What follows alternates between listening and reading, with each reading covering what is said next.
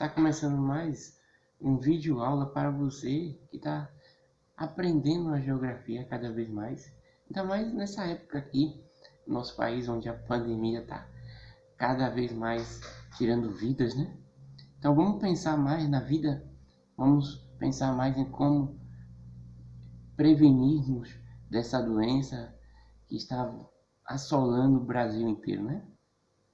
E como disse na última aula, iremos hoje continuar aprendendo sobre como a água é um recurso natural que nós nos beneficiamos e como o Brasil é um país rico, né, de água, e como o Brasil pode ter influência no clima e no relevo para poder ter tanta água assim disponível no vasto território, na vasta superfície, né, de nosso país, né? Então, dê seu like. Assim que terminar de assistir, você também pode dar seu comentário. E também fica o incentivo aí para você compartilhar com seus contatos pelas redes sociais, pelo WhatsApp, pelo Twitter e assim por diante. Vamos lá para os cursos fluviais. A expressão geográfica é essa. Os cursos fluviais. Por que fluviais? Porque vem a água dos rios, né? Então, os rios são formados de que maneira? É uma pergunta interessante. Já se perguntou? Então, no Brasil, em exceção do rio Amazônico, o rio Solimões, em que todo volume de água vem do gelo, da neve, das cordilheiras dos Andes, né? Todos os outros rios nesse Brasilzão, a água vem da chuva, também dos afluentes, são os rios menores, e também de água proveniente de rochas. A água das rochas são águas também que vêm da chuva, mas que atravessam por dentro das rochas, né? e desaguam nos rios. Então, também no Brasil tem isso também. As águas das rochas que acabamos de falar, por exemplo, do subsolo, geralmente vem da chuva e se infiltra por dentro do solo e ali vai sendo carregada e passa pelas rochas, formando então aquele lençol freático. Quando elas brotam então na superfície, o que acontece? Pequenas filetes de água que aumentam de volume à medida que recebem mais água, obviamente, das chuvas, né? E ali passam então a correr em direção ao mar, ao oceano. Esses pequenos filetes de água, porém contínuos, formam trajetos de água que acabam escavando, né, canais no solo.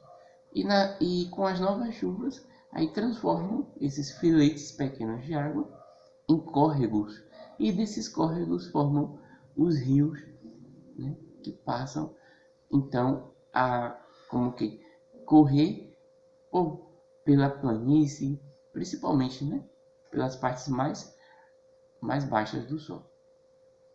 Se no caso o rio é uma corrente de água que se desloca através de um canal, nas partes mais altas para as partes mais baixas do relevo, o volume de água, o que acontece? Pode aumentar pela ação das chuvas e também pelos rios menores a que eles são ligados. Esses rios menores são chamados de afluentes.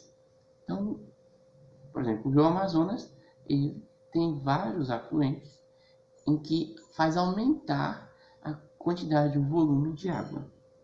E o local em que o rio nasce é chamado de quê?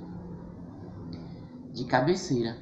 Eu costumo dizer que parece com a cama que a gente dorme, né? Tem a cabeceira. O rio também tem a cabeceira, que é justamente a nascente, né? É ali onde o rio nasce.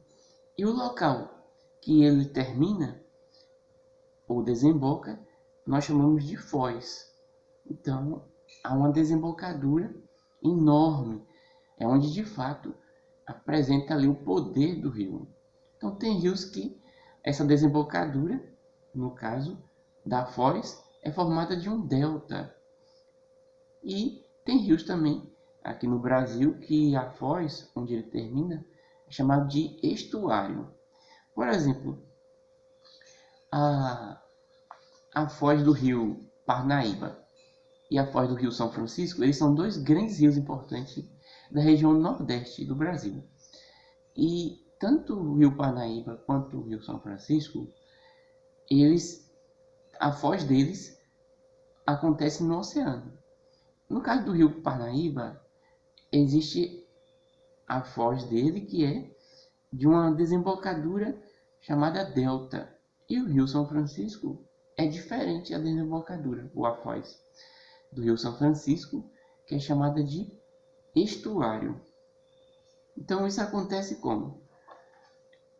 No caso do rio São Francisco, que é um estuário, a principal desembocadura acontece no Nordeste, entre a Bahia, o Sergipe, Alagoas. Então está ali no Oceano Atlântico, no lado do Nordeste brasileiro, em formato de um rio estuário. Já o rio Parnaíba também, que desemboca a foz no Nordeste, entre o Piauí, o estado do Piauí e o estado do Maranhão, é em forma de delta, é diferente. Agora, com respeito à influência do clima nos rios, também é interessante isso. Como é que o clima influencia os rios, hein? Então, diversos fatores influenciam a variação, por exemplo, da quantidade de água, né? O clima, se for um clima seco, vai ter menos quantidade de água. Se for um clima úmido, a quantidade de água é muito maior. Então, no regime pluvial, o período de chuvas está relacionado com essa quantidade de água. Então, quanto mais chuva, a probabilidade de maior concentração de volume de água no rio. Já no regime glacial, o nome já fala, glacial vem do quê? Vem do gelo.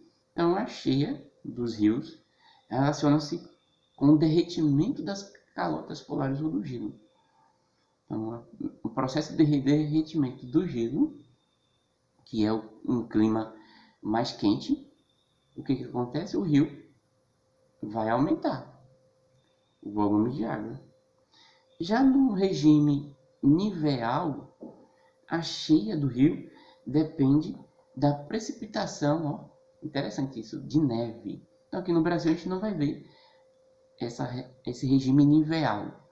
A gente vai sempre mais ver o regime pluvial, que é causado pela chuva e aí o aumento da quantidade de água nos rios. E a influência do relevo? Qual é a influência do relevo nas águas do rio?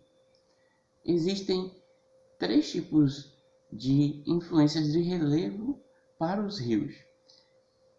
Por exemplo, rios de montanha é diferente dos rios de planície e de planalto. Por exemplo, vamos falar um pouquinho desses 3 rios para finalizarmos a aula de hoje. Os rios que são aproveitados para a energia elétrica, não tem? As bacias de rios, como por exemplo o Rio Paraná, onde existe lá em Foz do Iguaçu, né, a usina de Itaipu. Não é verdade? Aquela usina hidrelétrica de Itaipu, que já foi considerada a maior do planeta, a grande quantidade de água favorece o processo e a produção de energia elétrica. E esse próprio rio também, ele é utilizado na navegação. Então são rios de montanha, rios de planaltos. Já os rios de planície têm um curso sobre a superfície com poucos desníveis. O que é isso? Podem ser utilizados para transporte fluvial. Então, rio de planície, por exemplo, o rio São Francisco, o rio Amazonas, são rios que usam-se bastante o transporte fluvial, né? Transportar pessoas, mercadoria. Então, rio de planície favorece isso. Agora, pessoal, na próxima aula, vamos destacar para vocês as bacias hidrográficas. O que são bacias hidrográficas e as que existem no nosso país. Obrigado aí a atenção de vocês. E não esquecendo também que essa série só vai terminar quando nós passarmos as atividades para vocês realizarem. Essas atividades haverá apenas uma aula para vocês realizarem sobre o que vocês estão aprendendo aqui a respeito do ciclo de água, da própria água em relação à água existente no planeta e o nosso consumo e os rios, a influência do clima. As aulas de hoje, da semana passada e da próxima semana, vamos juntar aqui e faremos avaliações para vocês resolverem aí na casa de vocês ou no lugar onde vocês estiverem. Forte abraço, bons estudos e dê aquele like. Faça a sua inscrição se você ainda não fez também.